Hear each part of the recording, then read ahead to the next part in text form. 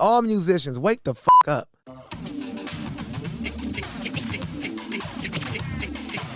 Everybody who grew up with me, you know, I have always been my best. Go.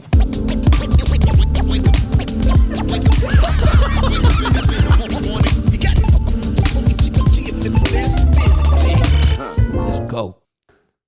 Hello, everybody, and welcome to the show. This show is called Go. I'm live with Greyson Nekrutman. Nekrutman, get it right. We're calling you Greyson Nekrutman. You did it right. Most people don't. You feel good about it? Finally, yes. Nice to meet you, brother. Nice to finally meet you. Nice to finally meet you. We got to meet last night in person. Yes.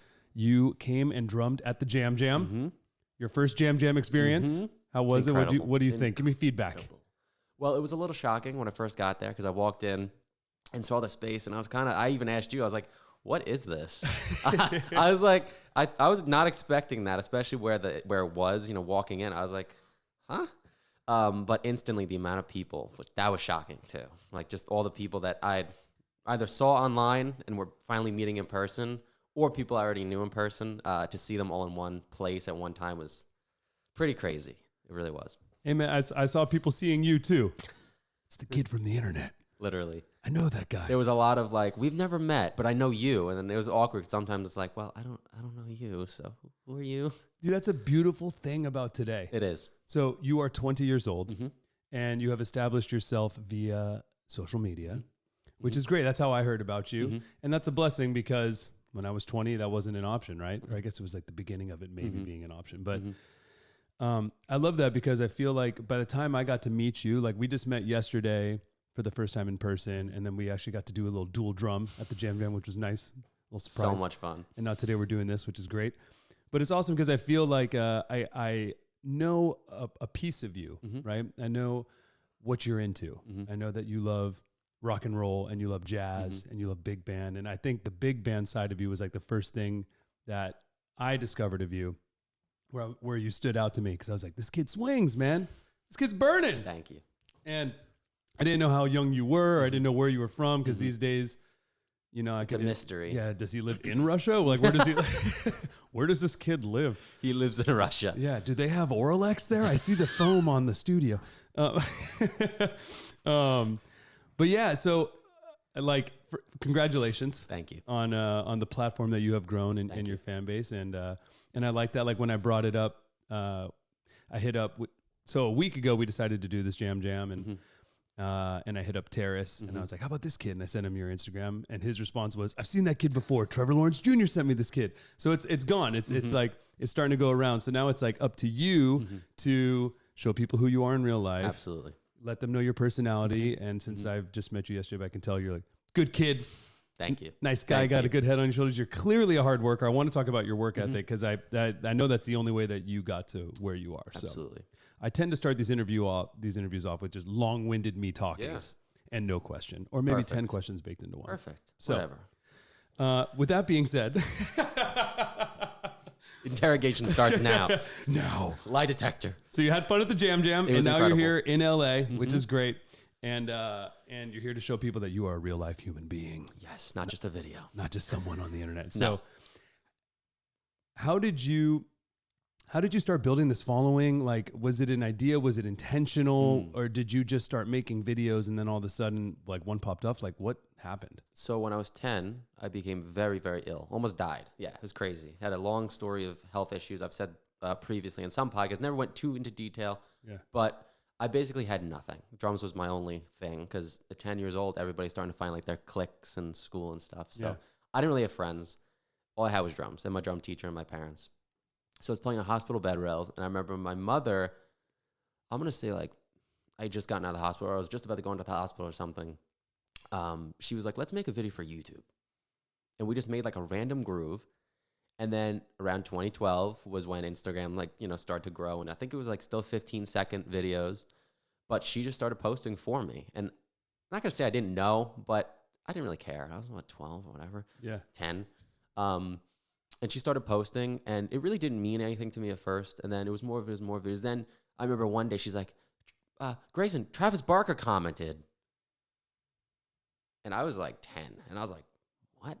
Like, he found me through the internet? Like, what is this? So then slowly over the years, as I got better and healthier and stuff, I started slowly getting more involved in it, like planning out what I was going to play, whether like it was a groove or like a fill or like genre. And then eventually at, I'm going to say 14 or 15, I took it over like fully, 15 or so, like just me. Mom got out. Still completely supportive, watches all the videos, but it was fully me now. And I started posting grooves and fills, and like I did transcriptions at one point of like, here's a fill I play and how to break it down. And just like my analytical thinking, my dad's in business, I was trying to think of what would do best. And I realized that the jazz stuff was doing way better than anything. By far. Like I would post a rock video to get X amount of views. Jazz video, 2X. And I'm like, what is it? And I wasn't even that good. You know, I was still learning. I'd only started playing jazz at like 16, 17, like seriously. But something about that style had caught people. And that's when I was like, okay.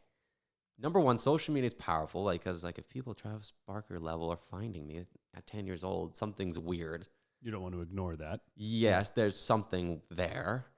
And then slowly more gigs, more opportunities and people. And I was like, okay, this is serious. This is really, really serious from that point. And when you were posting these jazz videos, were you doing these split screens? Like no. So the first ones were just, so at the time when I got more into the jazz videos, I was playing with the Jazz Lincoln Center Youth Orchestra in New York City. So a lot of it was either footage of me playing with them or songs we were working on. Like I would literally practice it, the song I had to learn for the gig, and then record it and post it. And then I remember the last concert and show I ever performed with that group before leaving, I posted and it blew up. It was really strange. It was in New York City.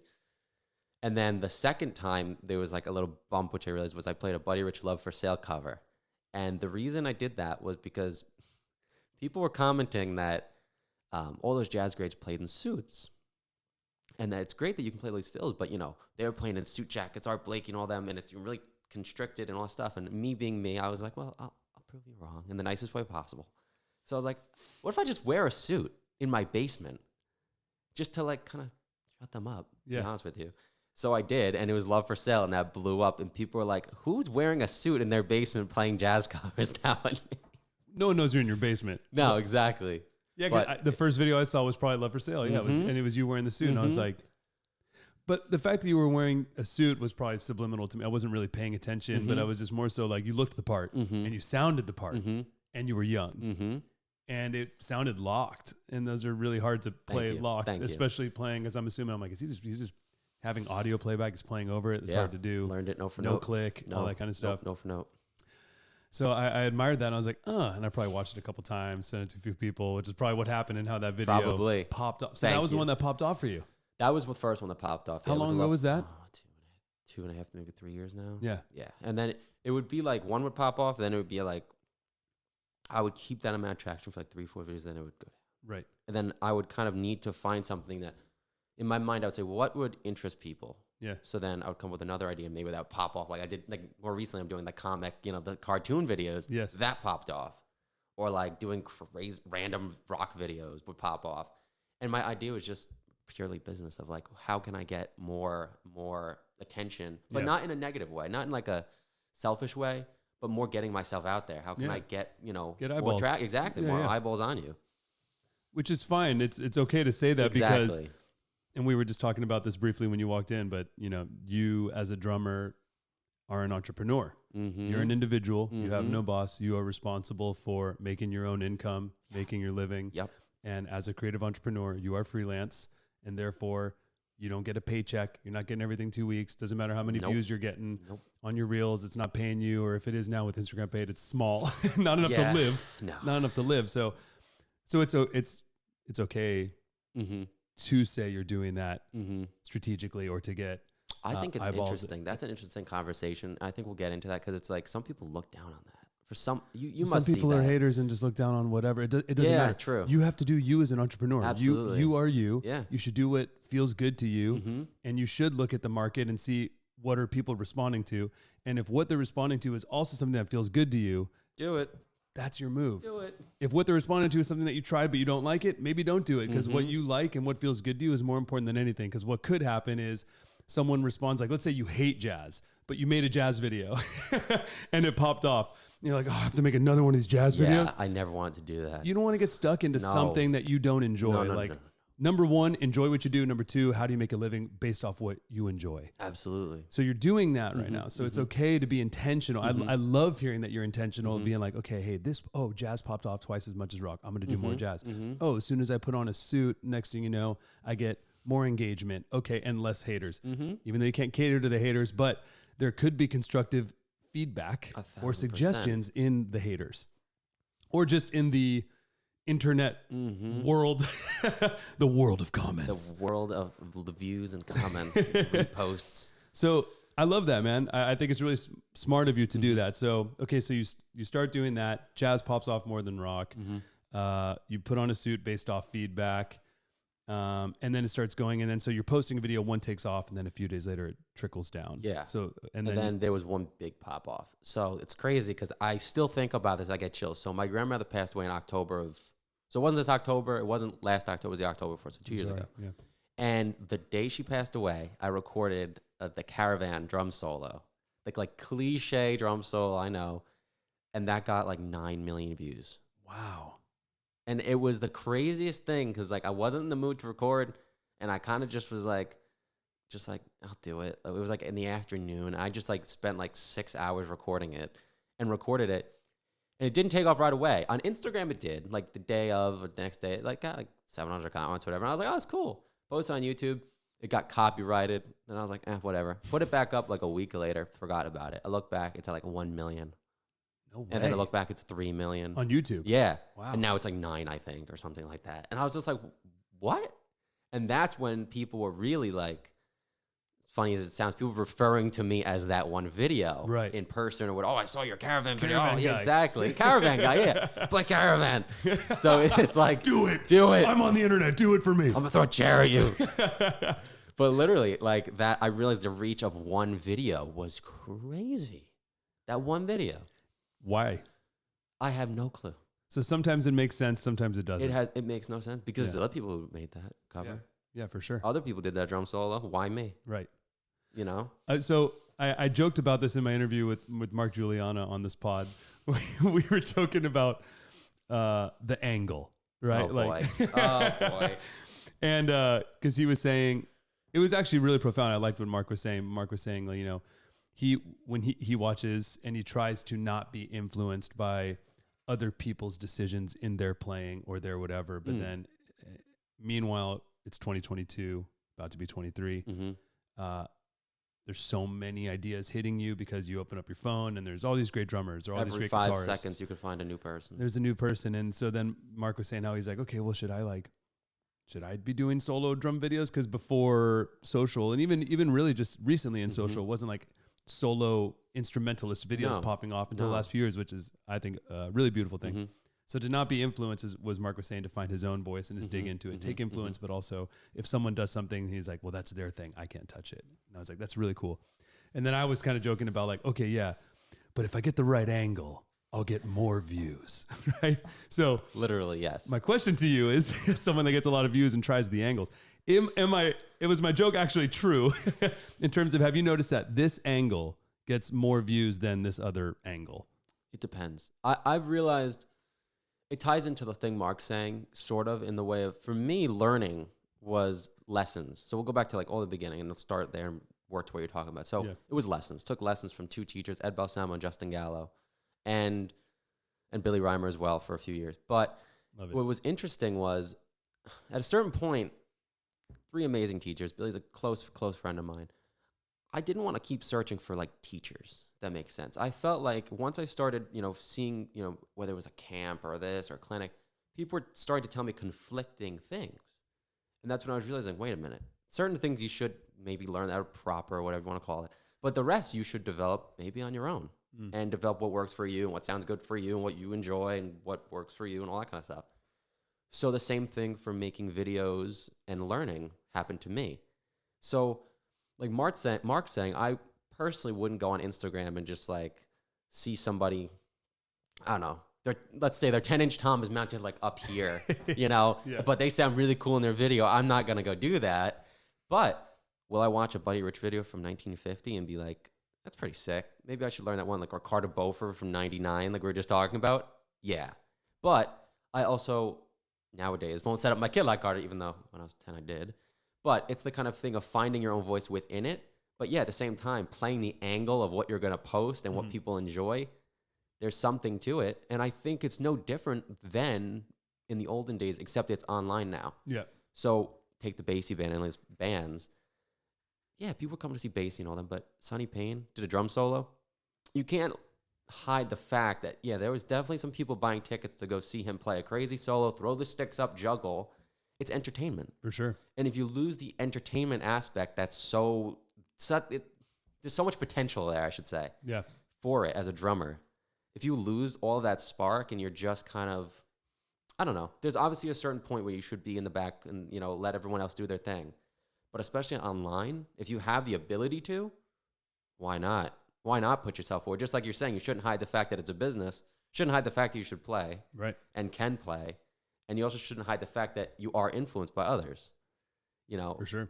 It's tough because there are some things you'll learn from somebody, make it your own, and then, yeah, technically it is your own. But I always say, oh, I learned this from yada yada. Yeah, you take influence and put your own spin on it. 100%. So with that being said, and looking at your own videos, does an angle work better than another angle for you? Because it would only be for you. It's not like anyone could just copy and paste that and it won't necessarily work for them. Or is that not something that you really think about? Angle as in posting content or? Yeah, specifically because we are going to talk about your chops and all that, but I'm just in terms of social media strategy.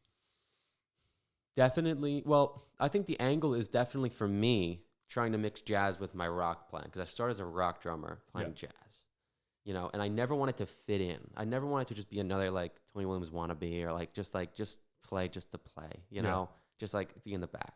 So my angle was always accentuate the entertainment aspect of it and get more people that aren't drummers to watch my videos. Yeah. And you do that. I'm posting on TikTok, and when I started posting on TikTok, I realized I was like, these like 17 to like 25-year-old guys and girls who like, they're not even musicians. And they're like, this is incredible. And I'm like, they're just like, watch it because it's entertaining. Totally. So I think the entertainment aspect mixed with, hey, I can also play in a real life situation, so hire me, is a good balance. It's like the equal balance of both. Which goes all the way back to Buddy Rich and all those guys, the original drummer entertainers. Oh, 100%. The leaders of the band. Thank you. Playing on Ed Sullivan, Buddy Rich band, the drummer band. And starting like in the 70s, it started to like, drummer get in the back. Shh. Yeah. You know? Yeah, exactly. Yeah. Trying to bring that back a little bit. What the hell? See, Ian Pace still had it.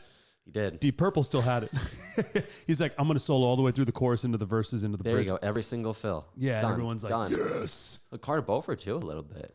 I mean, Carter is an anomaly. He is. One of my favorites. It's funny because one of the busiest drummers in terms of notes and everything, yet so musical. Yeah.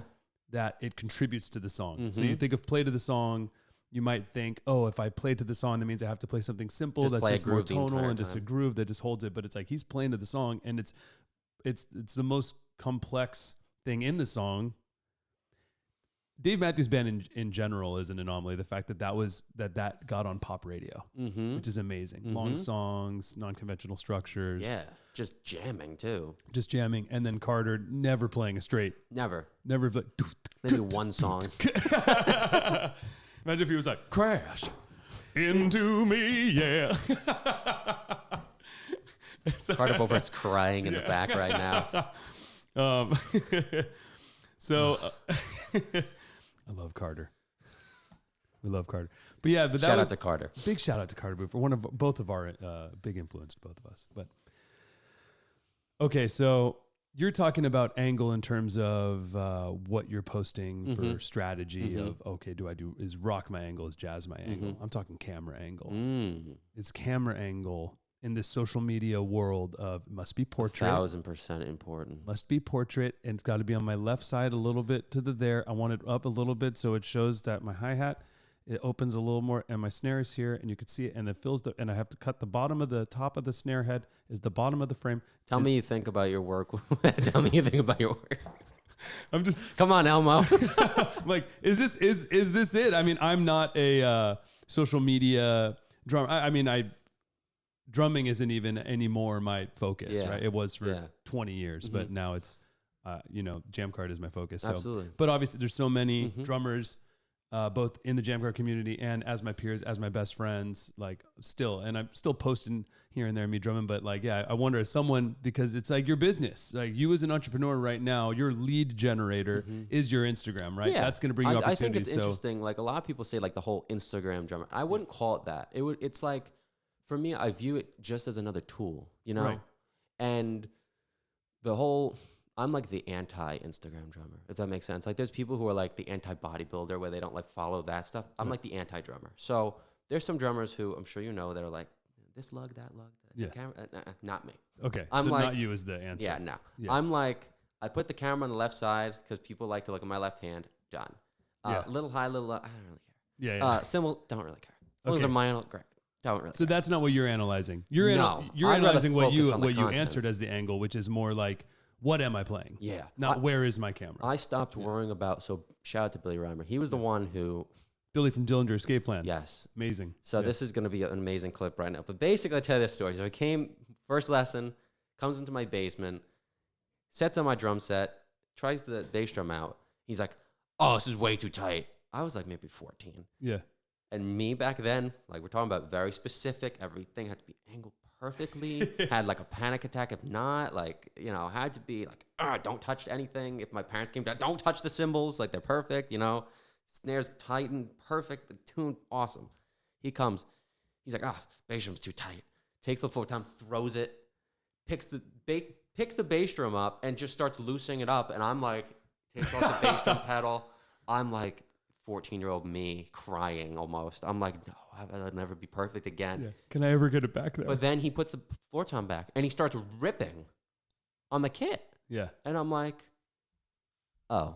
So basically in that 5-second ripper, I realized this means absolutely nothing. I could play on tin cans and make it sound good if you're really good. Yeah. And he taught me that lesson, which I thank him like mentally every day. Because I play and I'm like, if I get on a gig, like last night, Prime example. no need to change the kit. Yeah. No need to like, oh, this snare's a little too low for me. It's just like, you play. You just like learn how to play. I hand you sticks. I'm like, get on Sput's kit. Exactly. Go. Get on Sput's kit. Let's go. You and your little cocktail And you did kit. It was you did fun. It. You crushed it. Yeah. It was so much fun. That's how you ride the wave. Exactly. You don't want to miss the opportunity No. because you're trying to wait for something to be perfect or you Now, need something to be with the perfect. content angle stuff, do I think editing on YouTube videos is like important? Yeah, that stuff's important. And like, do I cut my videos so it's like the first 10 seconds are very visually entertaining? Yes. But there's also a point where I think no matter how many cool lights you have, if you're really not playing like, you know what I'm saying. For sure. For sure. At the end of the day, it's about how you're working. If you're working really hard, it shows. Right. And not to put down people who aren't at a good skill level, but as long as you're working hard, people can tell. Yes. And you could barely hold the sticks, but if you're able to show that you're working hard and dedication and improvement, oh my God, the following will go 100%. the traction of people of like, oh, this guy's working hard. Like people comment on my stuff all the time. I started following you when you were like 13 and now you're playing like amphitheaters. Like, Yeah. you know, it's like, wait, what? Yeah. Now you're hanging out with all these people. It's like, that was because you worked hard. Yes. And for me, I'm sure you can relate of Jammcard or anything. You don't really think about how hard it was to get to where you are. Right. Till you're like, am I in LA? Like doing this? Like, you know, then you realize what you're doing. But so when you talk about yourself, it's like, I don't really talk about myself like, oh, I did so much hard work. but then like, every once in a while, you're kind of like, You reflect. damn, Yeah. you did work hard. Yeah. You worked really hard for this. You got to reflect. You deserve to reflect. Yeah. It's good for you. It makes you appreciate where you are. 1,000%. And it's great that I think you're not reflecting that because you're thinking, oh, I want to accomplish this. This is next. How do I get To there? continue the grind. Doesn't Exactly. stop.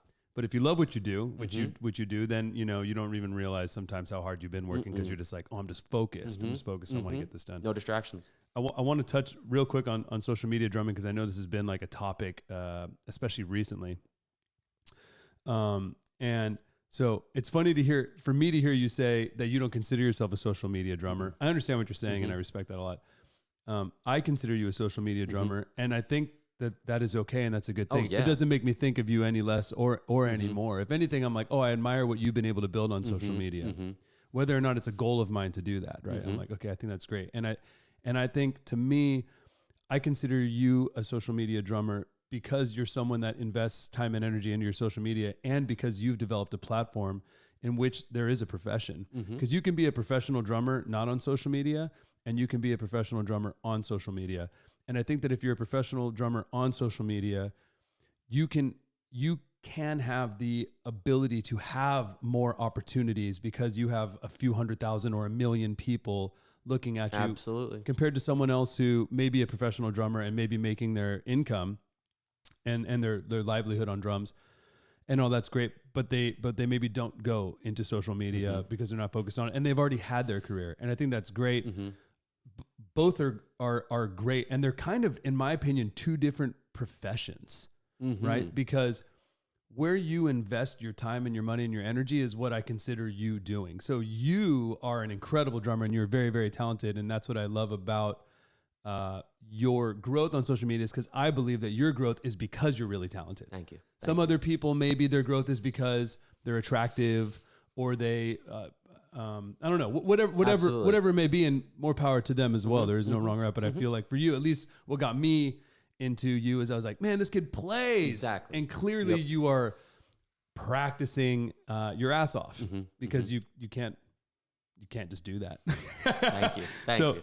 So I admire that about you, and I think so I would just say as a friend, I would say own that that you are a social media drummer. You're still also a drummer, right? And right now you're building your profession, right? Like you're on your way. I mean, you're 20 years old, so you're young, and you got a great path in front of you, and you already have like you have far greater chances than the average person of making your living in drums. Thank you. Right? So you're gonna do it, especially because you got the right mentality, and you got the talent and everything, and you got the platform, which can make you unstoppable, which is really great, as long as you don't hold yourself back. So, which I would bet on you. I don't think you're going to hold yourself back the more I get to know you.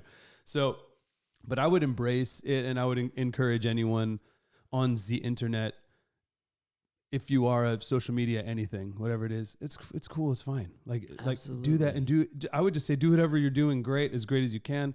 That's going to make new opportunities for you. And especially if you are a musician that does not live in Los Angeles or New York or Nashville or London or Berlin or any of these like major music hubs, the internet is your tool that you should be using. If you're in your basement in New York, New Jersey, Chicago, Manchester, wherever you are, use the internet as your tool, because that's how I can discover you. That's how he can discover you. That's how Travis Barker can discover you. Exactly. And all the other things that there is. I feel like I came up in I'm a millennial still, but I'm 38, so I'm on like the older side of millennial. So it was like I caught my band when I was 16, 17, 18 was the biggest unsigned band in the world. We sold 100,000 CDs with no label. It was the end, 2004, 2005 was the end of CDs. I got the last little taste of it, and then like MySpace and all this started happening. So I was like, oh, and I caught the transition into this, and so I feel like I got to experience a bit of both, just a little taste of both, and I think it's awesome because like I was lucky enough to be born and raised in LA. I just happened to be born and raised in LA, so therefore I had creative. It was easier for me to find creative people and for me to just play shows and hopefully be discovered. But now, being discovered on the internet, I think is the way. So people should embrace it. So if you are trying to make your living, or your goal is to make your living in music,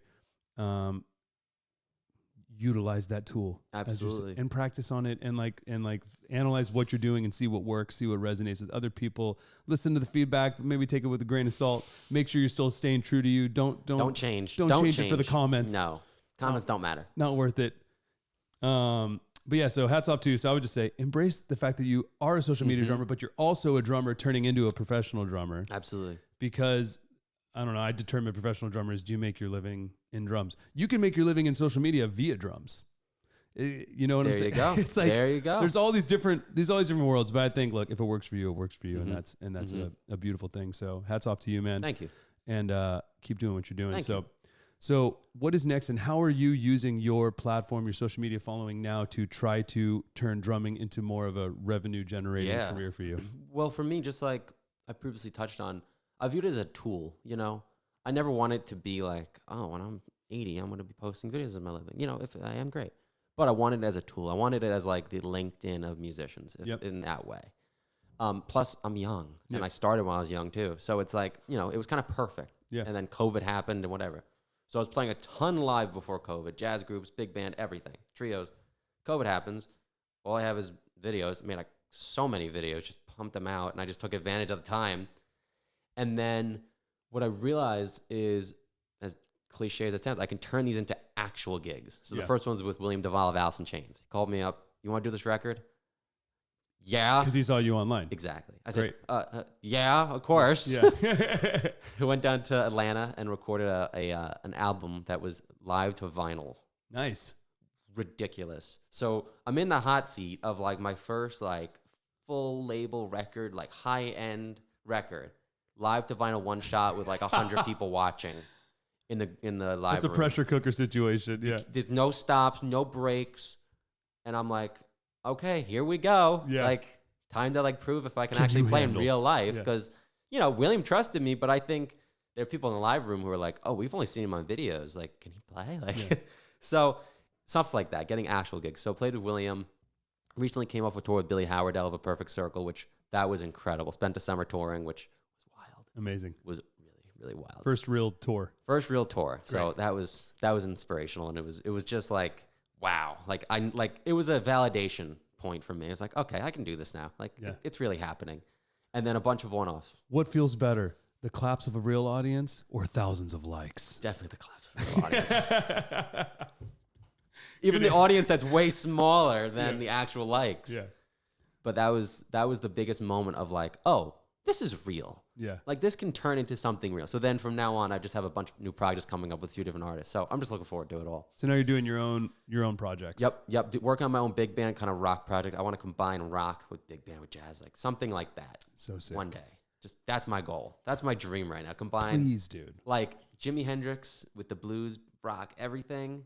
Allman Brothers, like all of that into like a jazz. What if I want to bring it to Vegas? That's what I want to do. Yeah. Like a residency in Vegas, something like that. That'd be my dream. So you're saying like Mitch Mitchell meets Buddy Rich? Yes. Dude. Yes. Buddy Mitch. I'm the lead. Buddy Mitch. That's you. Drop the mic. Interview over. Done. See ya. Should have fireworks one. Yeah, that's right.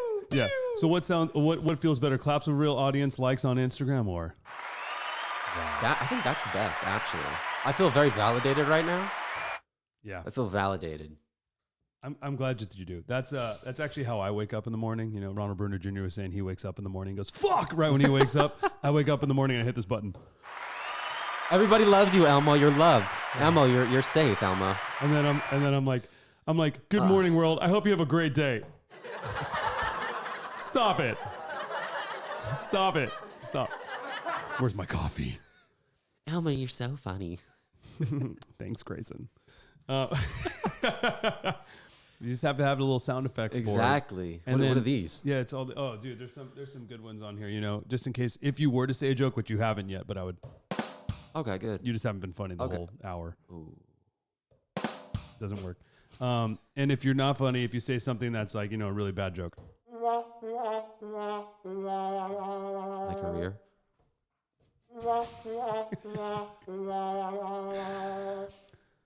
So you make your living off social media. No. So you are a social media jumper. Yeah, Boom. exactly. Fuck the debate. All right, Greyson. What is up, Elmo? I love Deep Purple. Mm-hmm. When I saw that you posted a video of you playing Burn, I was like, hell yeah. Because for me, if someone were to ask me, hey, Elmo, you can have any gig in the world at any point in time, what gig would it be? For me, the answer is I would be Ian Pace drumming for Deep Purple in 1973, playing Burn live at California Jam. Have you seen that video on YouTube? Yes. That's the video. That's your dream gig right there. That's my dream gig. Is I want to be Ian Pace. If the question was, you can live any moment. I want to be Ian Pace in Deep Purple in 1973 playing Burn at California Jam. I want to be Michael Shriver Woodstock. Oh, really? With Santana. Oh, 1,000%. Nice. Oh my gosh, 100,000%. Or I Ginger love it. Baker. Or Ginger Baker? Playing Royal Albert Hall on the Last Cream tour. Oh, on the Last Cream tour. But then you have to be Ginger Baker too. Oh. You know. I'll pass. See you that? Yeah, and the only reason why I wouldn't want to be in Pace is because then I'd have to be left-handed, and then I'd have to switch the kit around every time I go play somewhere. Wah. Wah. Anyways, my dad was at that Deep Purple show Stop. at California Jam. Stop. He was there, and he remembers it somehow. Jealous a little bit? You know what? My dad always tells me all the time. He was like, "I lived through the greatest time in music. You didn't." I had a family friend who a few weeks ago was like, we were talking about something. They're like, "Yeah, the greatest concert I went to was let me think, Woodstock '94. We saw 9 Inch Nails live," and I was like, "What? In the mud baths of '94? Stuck in the mud baths of '94 at Woodstock?" And they're just casual about it. Another was like, "Oh, I saw Dave Matthews Band at Woodstock '99." I'm like, keep rubbing it in. I had that double disc. I had that CD. Oh my God. Woodstock 99 and 94. 94 was the better one, right? 99 was the shit show. Yeah. 99 is the one with the riots. Yeah, with the riots. Mm-hmm. We were lost in 99. We thought the world was going to end. 1 year left. Burn down the town. This is it. Our computers cannot handle. So let's riot. 2000. Let's riot at a concert. My God. Okay, so I want to go back. We're going to talk real quick. I want to talk about. I want to dive really into this. Pulls up his Instagram. I'm pulling up my Instagram. Everybody that's listening, pulls up his Instagram. I'm pulling up the post that Trevor Lawrence Jr. made because I think this is a wonderful discussion topic. I think so too. And I also applaud Trevor for making it because he just posed it as a question, and I think it got blown out of context because I think some people got defensive about it, and that's why I really want to talk to you about it. So Trevor Lawrence Jr. posted, "Are you a professional musician if you only post videos on social media, have never been on tour, and have no recordings released? Or are you a social media personality?" So there's some really great comments in here. I went through the comment thread. I think there's some really beautifully written things, and some things came out from defensive from certain people. Maybe they are a social media personality or whatever it may be. But for someone, for myself being in the music industry and being in the internet world and having an app and having a social media network. So I think that both exist. I think there's also a third option, which is where you're falling into, which is a social media personality that is a professional musician. Or just a drummer who's using social media as a tool. Yeah, which is great. And I think you could do that. So I think the question of, are you a professional musician if you post videos on, if you only, keyword is what he said. Only. Are you a professional musician if you only post videos on social media? Oh, the only part is the key word. Is the key word. I think people miss that. And then he even expanded on it saying, you've never been on tour and you have no recordings released. So are you a professional musician if you only post videos on social media and you haven't gone on tour and you haven't gone and done recordings? So very valid question. Or are you a social media personality? And the thing is, I also don't think that saying someone's a social media personality is derogatory. No, it's not a dig. I don't it's think not so. a dig. You could Just totally an observation. Yeah. You can be a social media personality. You can be a professional musician. You could be all of the above. Well, just like you can be a podcast personality. Or what are you talking about? I'm offended, Greyson. Sorry. Get off my phone. Bye. Or a talk show personality, like any of those things.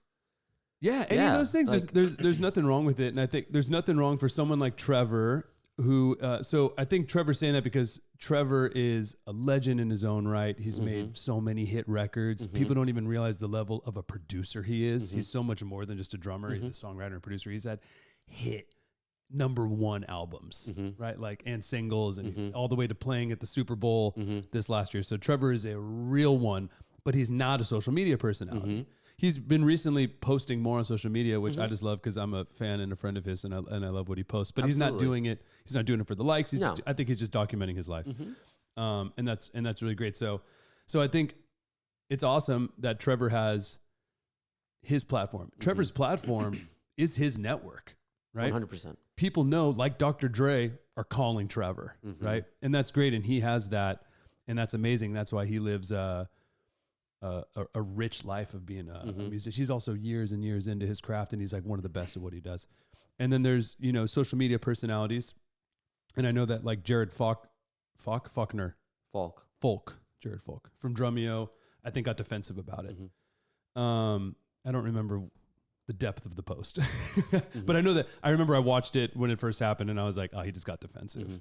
And he was like kind of like protecting maybe Drumeo followers that could be offended by it. But I just don't see why you would be offended by this question personally.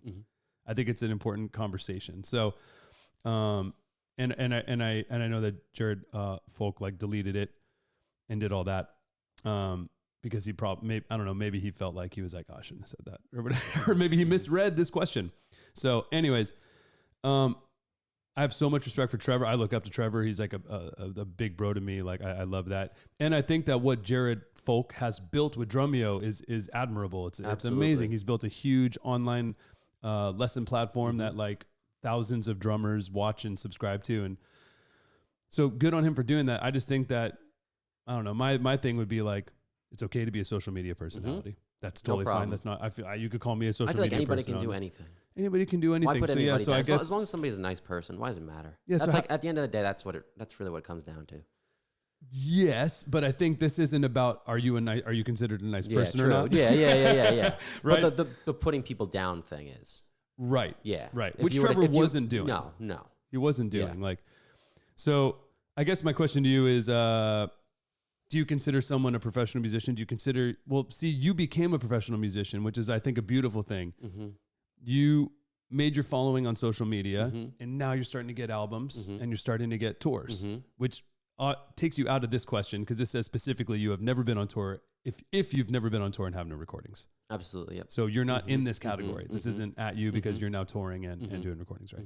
But I think it's wonderful that you've taken social media as your opportunity to get your foot in the door, and then now you have tour opportunities and you're doing tours and you're making records. So what do you think about this post in general? I think honestly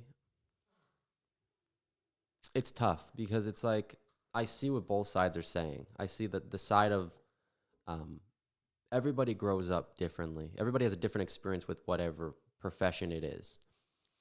Now, like I just said, I feel like you should support anybody doing anything, really, at the end of the day. But as long as it's not hurting anybody or offending anybody, but whatever. But there's also a fact of everybody has their own path. You know, there's going to be certain people that have a path of this way or that way or whatever it is. You know, you van tours or you start on a bus or you do this, you do that. You know, me personally, I started playing small gigs in my town at like 11 or 12 and then played gigs all through like middle school and high school. So I was like legit playing for people that would kind of look at you like, are you quote unquote legit if you played real gigs? So yes, legit when I was young. Then like, I'll just speak on me personally because I don't like to speak on other people's behalfs or anything. But for me, at least, my thing was people started to discover me during COVID when I was becoming big on Instagram and YouTube because of it was COVID and I was posting. Yeah. And I think that's the confusing part because if you look at somebody and just like, oh, he's just done that, you know. But once you start to dig in and you're saying the whole album touring thing, yeah. So I think there's a certain level of, if you don't have the real life experience of a certain, you know, like as an example, I would never say, oh, I know what it's like to play at the Grammy, you know, award show. Like, oh, no, like I don't know what that is. So why do I have an opinion, you know? Right. Just like I would never go around saying like, oh, this is what it's like to be on tour like last summer because I never went on tour before. And I'm not like scared to admit that. Like, no. But is it fair for me now to be like, you know, not flex and not try to like boast, but hey, touring is like this. This is what I've done. I think that's completely fine. Yeah. So I think as long as you're staying in the boundaries of what you actually are doing, you're not lying about what you do, you're not faking it. I feel like if you posted content online that was deceptive, then there's a certain leeway for people to, hey, you kind of are asking people to be a little bit in your butt for saying something. For sure. Because imagine if somebody went on and said, I don't know, this is a hypothetical situation. Somebody said, oh, this is what it's like to play in a situation. This is what I do. But they've never done that. I can see why people would kind of be like, no, that's not okay. Right. But if you legit do have, you know, proof or whatever you want to say that you've done that or just credibility within circles of people, I don't see a problem. For sure. So I think it's a nice balance. I think the part where he says only is the key point that I think everybody missed. People get so heated online, man. Because listen, if somebody grows up like, I don't know, imagine if someone was born yesterday and they just magically took a pill and they're like 19 like today or whatever, and they post videos and like they learn drums or whatever in their basement only, and they only posted videos. I can see what he's saying. Yep. And then imagine they posted something like, this is what it's like to be on tour. It's like, wait a minute, you've never been on tour. What are you talking about? So 100%. it's complicated, but at the same time, it's almost not complicated. It's like, if you've done it, cool. If you haven't, cool too, but don't speak on that. David Ryan Harris commented something really amazing in response to that on the post. He said, I'm on the fence. While the old school part of me wouldn't trade anything for the blood, sweat, and tears of being in them streets for 30 odd years, I do try to see the value in the new paradigm if for no other reason I don't get left in the dust or become one of those back in my day people. Thank you. That being said, I do think, one, there is a level of vulnerability that these social media players have to be comfortable with, whereby their audience can and will tell them in no uncertain terms if they hate their content. 100,000%. Which we were just talking about. Nobody ever came up to me and told me I sucked to my face, and I'm pretty sure I would have deserved it on more than one occasion. And two, I think about what it means to inspire and be inspired. If I come across a lick, a vocal phrase, a chord progression, or a rhythm that inspires me to create something new or challenges me to practice and aspire to be something higher, then the origin doesn't matter. Doesn't matter if I found a dusty piano bench or my late father's record collection or in a sweaty nightclub. All of that being said, a lot of these kids are trafficking in musical empty calories, but I don't fault the delivery system. I love this debate. That's probably the best comment on the whole post. David Ryan Harris. The point where he says not to be like a back in my day, that's the biggest thing I have an issue with. And I'm not a confrontational person. I'm not a drama starter. I don't like to even go on and on about this. But what I will say is, the thing I've noticed is it's a two-part thing. And we touched on this before, but it's really some reason people have this weird sort of opinion, and this is going to get not controversial, but whatever. You know, you take anybody, and if their content is, there might be 1% of show-offiness, or like somebody can perceive me wearing a suit as like pretentious for some reason. Okay. You know, then they start to get this weird, that's why I'm saying like, okay, fine. But there are people like that. Then they get this weird sort of, they think they know you or how you actually are in person. And that's like this weird dilemma, I think, that it's just, we have to deal with because it's the internet. Yeah. But it's this weird, just like texting. You know, me and you texted, but I didn't put any exclamations or like I put periods at the end. Oh no, you think I'm mad, right? Yeah. It's the same thing. Like if you see somebody posting, you might think, you might not like their content, but they might be the nicest person ever. Yeah. It's that combined with people. Listen, you don't have to post. I'm not telling you to post, but I'll tell you this. There's benefits, there's drawbacks. And if somebody wants to post, why crap on them? Like, you should at least accept like, hey, if you want to post, but maybe, hey, some people could post that they personally don't post show-offy videos or videos in general, but other people are free to, and they'll support what they like. I think another point that wasn't really talked about in this is a lot of people, I think, do have to post in order to get enough inbound opportunities to make their living. 1,000%. And then there's, I think, a smaller amount of people that don't have to post and already have an established enough career and network that they can still make their living without having to post. More power to you either. Exactly. Right. As long as if you are successfully making an income playing music, you fucking did it. And I think both are cool. Whatever works for you. Yeah. And Either I would say that it's even hard. I mean, it's really hard at this point in 2022 to not post and make an income, right, as a musician. So if you are able to do that, blessings to you. But I also think incredible. There's this like famine mentality sometimes where it's like, oh, these people are doing these, they're getting all these views, so it's less views on me. Yeah. Less attention. It's like, I view it almost like we should lift everybody up. Yeah. Everybody should just become like better and have more fun and more community and Jammcard community, that kind of thing, where last night I was blown away. People I'd met online or saw were now in my face, shaking my hand, saying, nice to meet you. Something like you've created, which I commend you for. It's like, wait a minute, that's the whole goal. So if you start going back and forth, it's like, well, you're just defeating the purpose of this thing, you know? One more thing that that David Ryan Harris said at the end that I really liked a lot is he said a lot of people are digesting these musical empty calories. Mm-hmm. That's a really powerful statement. I feel like and that's like what I said to you even when you showed up today, is I was like, oh, okay, what are you doing to monetize these clicks? Yep. Right. Essentially, how you're getting all these eyeballs and stuff, but if you're not turning it into revenue for you, It's useless. it's empty calories. It really is. Yeah. Or maybe it's only for ego or little serotonin bumps or whatever it is, just to get you going. Mm-hmm. But yeah, how are you using it to actually provide for yourself and your future family and absolutely and all those kind of things? And I'm sure there's kids in high school and I hope not middle school, but those ages where they're posting on TikTok and Instagram and they're like showing their friends and they feel great that they have 2,000 followers. It's amazing. They don't have to think about their livelihood yet. Exactly. That's the thing. So it's kind of like this weird thing. It's almost as if it was a toy that both adults and kids use. Yeah. It's the same, toy, but we have to view it differently and use it differently than kids. For sure. And there's a certain boundary where there's like a little gray area, which I think people are caught in. Yeah. And I've talked about this before, where people ask me like, oh, how can I use it to benefit myself? And it's like, well, first off, it's like, are you like posting like photos of your dog only? Like, like, sorry, everyone loves your dog, but like, is it private? Exactly. Exactly. Like make 2 Instagrams, have a personal, a professional, and just, if you want to make it a business, do it. I love that. Mm-hmm. So you must have a really strong practice routine. Mm-hmm. What are your days like?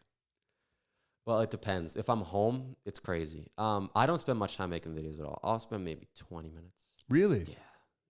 So Not long. But how long are you practicing? Oh, hours. Depends on the schedule. Like recently I've been gearing up for a gig I have in January, which is a little secret. Nice. But so right now I'm grinding really hard for that.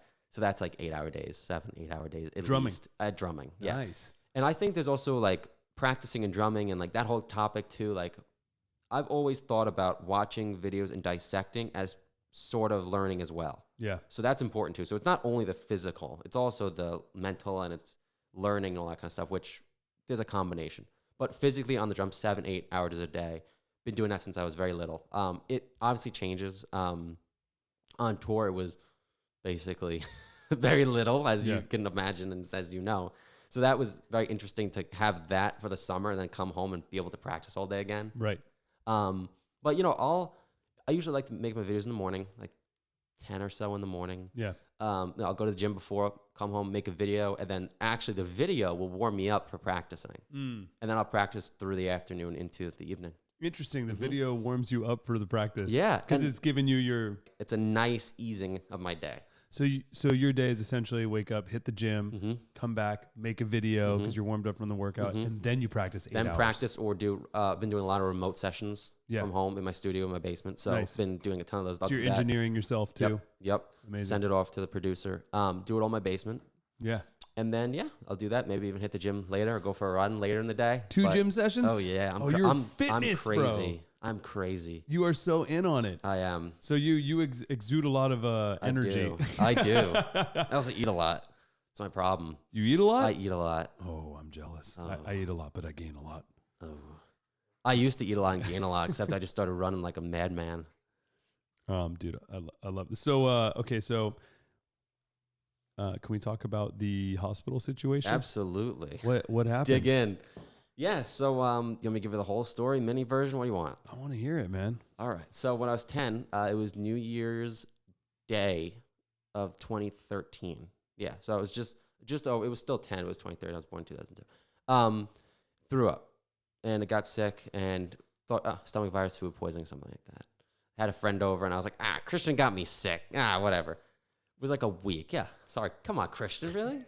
Come on, Christian. Sorry. And so I went to the doctor, and they're like, he'll be fine in a week. It's a virus. My mom's a pharmacist, by the way. So she's like, he'll be fine. Whatever. Yeah. 2 weeks go by. Still really sick. 3 weeks go by. Starting to lose weight. It was just scary. And I won't go into like every deal because it's literally years. But eventually misdiagnosed with so many different things. Test, nothing. They don't know what's wrong. I'm getting sick. Can't keep food down. Losing weight. Really thin.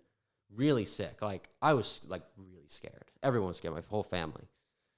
And I was out of school, had to have a home tutor, was literally playing on the hospital bed rails, was literally playing in my bedroom on a practice pad. Shout out to Mike Johnston. I would literally read his book and learn the fills in my bed. I couldn't even play drums. So I learned the linear fills in my bed. And then eventually I had a last resort test, essentially, which was down my esophagus to determine what was wrong. Because they knew it was somewhere in here, but they didn't know what was wrong.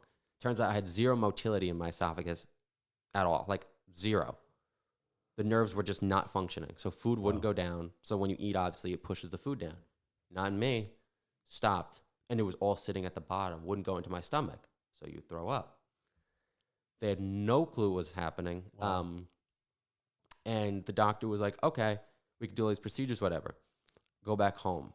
Like maybe a week later, like really sick. Like couldn't get out of bed sick. Couldn't eat. My dad got a McDonald's like milkshake. I remember one night it was like 3 a.m. and I was so sick, throwing up in bed, that my dad's like, let's go.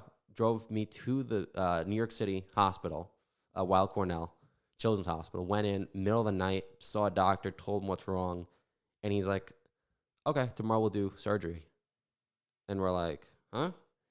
Gives me basically one option, which was this radical surgery where they cut you open heart style down your chest and fix your esophagus and, force it open essentially. And they do all this crazy stuff. Very, very invasive and massive surgery. So this is like a life-changing moment right here. So I'm literally in the hospital getting one last test, and the neurologist, not the neurologist, the doctor who looks over your x-rays, whatever, the scan lady. Yeah. She was looking at the scans that were being done to me, and she looks at my dad, and she pulls him into the other room, and she says, no, I probably shouldn't say this, but if I were you, I would leave and get a second opinion at another hospital because something's wrong. Like, this isn't what this doctor's even thinking. It's like, it's not, maybe you can do something else. It's not classic. It was called achalasia. Uh-huh. Very, very rare. 1 in hundreds of thousands get it. But especially in kids, it's like 1 in 4 or 500,000. It's really rare. Yeah. So she's like, especially your son's a child, early, teens at that age. And it wasn't the classic symptoms. Not every symptom was lining up with the classic definition, if that makes sense. Something else was going on. So went home. I was like really, really ill, had, crazy stuff and tons of IVs and everything. Went home and eventually somehow got an appointment with the #1 doctor of this in the world, called Dr. Nurko, up in Boston Children's Hospital. Parents drove me up there, met with him, his whole team, and they're like, yeah, we can fix you. We don't guarantee you'll be okay, but we'll try. And I was like, okay. I had no clue what was happening. They did 2 more radical tests, which are really difficult, where they, stick a tube down your nose, down your throat while you eat. Torture. Literally torture. Yeah. While you eat. While you have to eat while a tube goes up your nose, down your throat, into your stomach. Oh my God. Torture. Literally torture. While you're awake completely. Yeah. Had that. That happens. Then basically they stick a balloon down your throat while it's an endoscopy essentially, and they burst open your esophagus to keep it open, to force it open. Woke up, tons of pain, but I woke up and I was like, I feel a little different. Woke up, spent a day or 2 in the hospital, and I remember the drive home, we stopped at Boston Market, and I had cream of spinach, and that was the first meal I'd had that I could actually keep down and enjoy in years. Wow. Yeah. I'd been able to eat here and there, but I couldn't keep everything down. It was random. It was crazy. So then I was left to go home, and I was kind of stable weight, and that'll make sense in a second. But I was doing okay. Started to recover. Went about a year, was playing sports again, doing jiu-jitsu, because I'd been heavily into sports when I was a kid, very heavily into sports. So I was getting back to normal life, went back to school, was meeting friends, was playing hockey, and I realized a year later, I was like, life's good, but I have asthma. Inhalers wouldn't work. And then they're like, oh, you have pneumonia, but the antibiotics aren't working. And we're like, okay. So then it was doctor again, episode 2. Get back to another doctor. They're like, yeah, unfortunately, you might have to go back to Boston Children's Hospital. Oh, now this is 2 years later. And I'm like, not again. Go back up there. Doctor's like, yep, sure enough, didn't work. They have to go in again. This time I was aspirating into my lungs. Just like if somebody's drinking, they tell you not to let them sleep. Yeah. I was aspirating just like that into my lungs from the food and the acid reflux. Yeah, you're speechless. Holy Look at them. shit. Yeah. And so I literally was aspirating daily for however long. So that was actually not asthma. It was that. Wow. Put me into surgery again, had a second surgery. And then the last little chapter, and I've missed a lot of spots, but you get the basic gist, was get home, recover again. But I'm handed 2 pill bottles. I'm handed a bottle of prednisone steroids for the inflammation, the pain and everything, and the swelling. And I had, excess coughs and stuff. And I'm handed a bottle of antacid medication, big bottle, like industrial sized bottle. And they said, you'll be on the prednisone for like a month or 2 and the antacid for the rest of your life. Oh, shit. And I said, yeah, exactly. I was like, no. And so I was left 100 and something pounds overweight. No way. Yeah, because I'd not been able to eat for all those years. Major depression from being out of school, no friends, no nothing. So it was awful, awful. So I said, okay, chapter 3, lose all the weight, get healthy. So I lost like almost 100 pounds or so. Yeah. And then no antacids, threw them out like a week out in. Just started eating clean, lost the weight. And through eating, diet, vitamins, exercise, acid reflux is fine. I feel fine. And it's so crazy because they made a movie about a girl who has a very, very, basically the same condition called Miracles from Heaven. And my doctor's in it. Really? So it's basically like about like me and her. Like it's about her, but like it's the same story about me. Wow. So wild. So you feel like you have a whole new chance at life. Oh, 1,000%. Yeah. And I was just joking with somebody about this, but I was saying it's like everyone always says that to make something great, you have to go through really tough struggles and situations and things. I grew up at like 11 years old.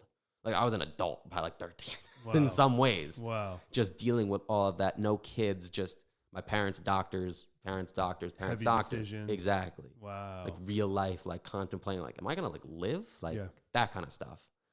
And then dealing with my own struggles of weight and mental health and all that kind of stuff. Wow. It's a big deal at that young of an age. But I almost can't thank that enough for what it caused in my life and how I've grown from it and how I've learned from it. Dude, that's incredible. So that is where you got your workout routine essentially from? Workout, it was really the work ethic. I remember one day, my dad, he brought me to his office and he's just like, you gotta like make yourself better. Because like, if you just sit around, you're not gonna feel better. You're just not going to. And I was kind of like, ugh, like I hated that he said that, but it made me get off my butt and work and really work. Yeah. But the workout routine came over years.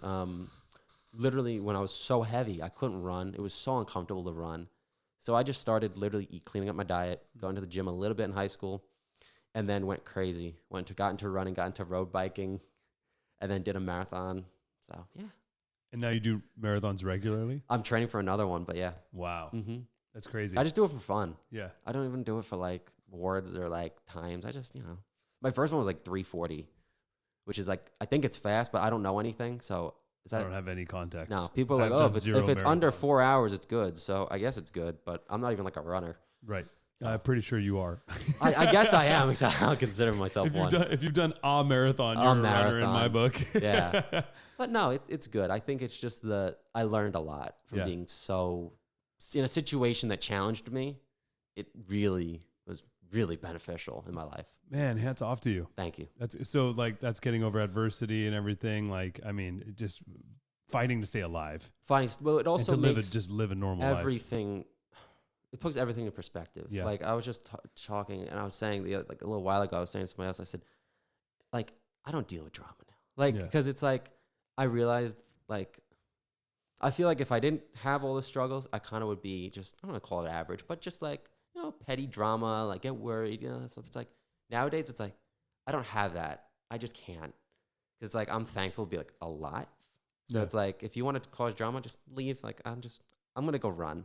Like, I'm going to enjoy my life, play drums. Like, bye. See ya. Reminds you to do you. Exactly. Yeah. It just puts everything in perspective. Yeah. And it tells you what's important and what's not. Yeah. Like, I don't care about like fancy stuff. I want to run. Yeah. Play drums. That's all I want to do. And that makes your positive attitude exactly. As well. Yeah. Mm-hmm. That's awesome, dude. Oh, I'm so happy for you. Thank you. So Thank you. if I could wave a magic wand for you right now, Yeah. and make anything happen in your career, what would you want to happen? I want to have that Vegas residency. You I wanna want to do do that. That's it. I want to produce an album. Do that. Let's do So something. big band rock and roll. Big band rock and roll. My thing is like Cream and all those guys. Yeah. A trio.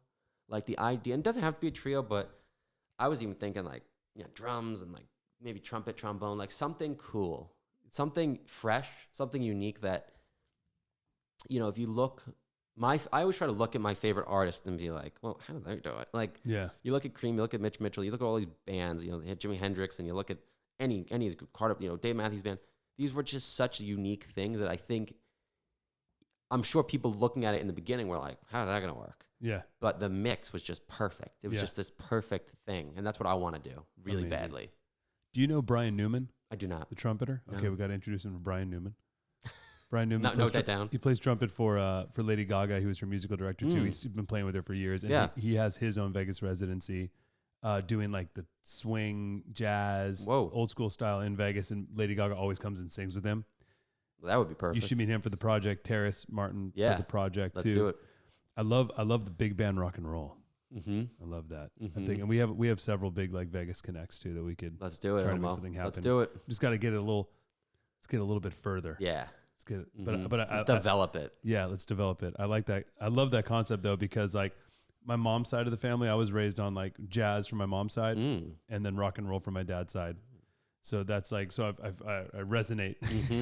That's why when I awesome. first saw you playing, Buddy Rich and stuff, I Mhm. was like, yeah. And then when I saw you play Deep Purple, I was like, dude. Yeah, because like those groups, like my favorite thing is reading about even like any of these, like even heavy metal groups, like some of these groups that are like the drummer is a quote unquote jazz drummer. And it's like, adds something. It adds something. Yeah. Just the idea that it has another connection. Yeah. That's what I want to do. So I don't know the size it would be or anything, but somehow write songs that are fresh, something really like unique, but Yeah. new, definitely new. But bringing my goal is to really at the end of the day, bring the excitement back. Right. It's going to be my group and I don't want to like sit in the back and like, just like, no, I want to make it a show. Yeah. I want to make people like want to come see me play. I want people to be entertained. I want everybody in the band to have their own little spotlight. I just want to have fun. Yeah. I want it to be really interactive and fun. I would go see that show. Come on, Elmo. Let's make this show. Let's do it. We can do a Let's Greyson. do it. Well, dude, I'm so glad you came. I'm glad Thank you you. came and played at the Jam Jam. It's good to meet you and get to know you Absolutely. better. Thanks for having me. Oh yeah, we know all about you now. Got the vulnerable side, got the musical side. Exactly. One last question. What do you think? Because I feel like people, you have like your fans that follow you, love all your stuff, and then you have people that just like know who you are. Oh, I've seen that kid and stuff. What do you Mhm. think's a big like misperception of this social media world, having all these followers and drumming? What do you think are some of like the key things that you're like, dude, it's not like that? Well, there's two of them. And we touched on, I think, both before, but I'll reiterate in a better way. So basically, the number one is never judge how somebody's playing in a minute clip for, let's admit it, for getting more eyeballs Yeah. compared to how they would play in real life. Right. Two completely different things. And don't assume they can't do the other unless, I don't know, you've watched every single video, you know what I'm saying? Yeah. People seem to instantly say, oh, just because the video is flashy and like fun for more views, that person will get fired from every band. Right. No, thank you very much. Number two goes along the lines of that. Don't assume somebody is, just like we were talking with the text. Like if somebody adds a period at the end of their sentence, sometimes on text, some people get a little bit like, you can just, there's this weird connection through the internet. You agree where it's like you interpret things wrong. Yeah. There's like this mirror in between. So I would say just be careful of how you actually judge somebody's personality just on maybe videos, not even listening to them talk on a podcast, just like videos alone. Because people have listened to podcasts and they've been like, oh, he's actually a cool dude. Yeah. Like, he's not a jerk. Like, just because he's like, he seems show-offy doesn't mean like he's like rude, I don't think you seem like a jerk. I would say, Thanks, Elmo. I would say a third thing that I would add to that, not just for you, but Mm-hmm. for like the people with a large following, Mm-hmm. is I think people think, oh, if you have a lot of followers that you're already successful or you're already rich No. or you're unaccessible. Oh, that's the best one. The unaccessible, because I try to respond to every comment. Yeah. I respond to pretty much Wow. every comment. That's incredible. You'll see if you look on my videos, every video, I'm Wow. responding to pretty much everybody. That's amazing. That's a lot. And they're not just like cookie cutter. If like you DM me, I'll look at it. Yeah. 100%. That's amazing. Yeah. How much time does that take you a day? I don't really, I mean, I'll do it at night. Like I don't do it during the day, Right. you know, just chilling on the couch. Yeah. I don't do it like crazy. Like I don't do actually, but you know, I try to reach out, and it's cool because I do notice, like, it sounds like sappy, but like I notice the same people, and you know, it feels nice to like see the same people come back and comment. It's like, oh, I know you know. Reward your fans. And then when they come to in-person clinics and shows, that's the craziest part. Like I just played a show in New York City a few weeks back, and I had like 4 guys that I taught lessons to come, and I didn't even tell them. Yeah. I did, you know, Zoom lessons with them, and they came and supported, and I was like, wait a minute. That's awesome. What's up? Yeah. So it's really sweet. I think that's the other thing too, and it's not that I'm your manager or anything, but I would say reach out to you with opportunities, right? Like, hey, if someone, just because you have a large following doesn't mean that you're not still like doing business. You're not open for business. People think there's like a closed door business. once you get over 100,000 or something. Yeah. It's weird. Doesn't matter if you got 100,000 or 1 a million million or whatever. Nope. It's like, hit people with opportunities. Reach out to them. Be like, hey, would you drum on my album? Here's my budget. Or hey, would you play the show with me? Here's what I can offer you, or whatever. You never know where it'll go. Yeah. You never know. Ask people. Always ask. Ask people. There it is. Don't be afraid. Greyson, my guy. Elmo. You're a good kid. I like you. Thank you. We can be friends. Really? On the internet and in real person. life. There we go. The did it. the dual factor. That's not a word. Okay. The trifecta. Thanks for coming, brother. Thank you. Thanks for having me.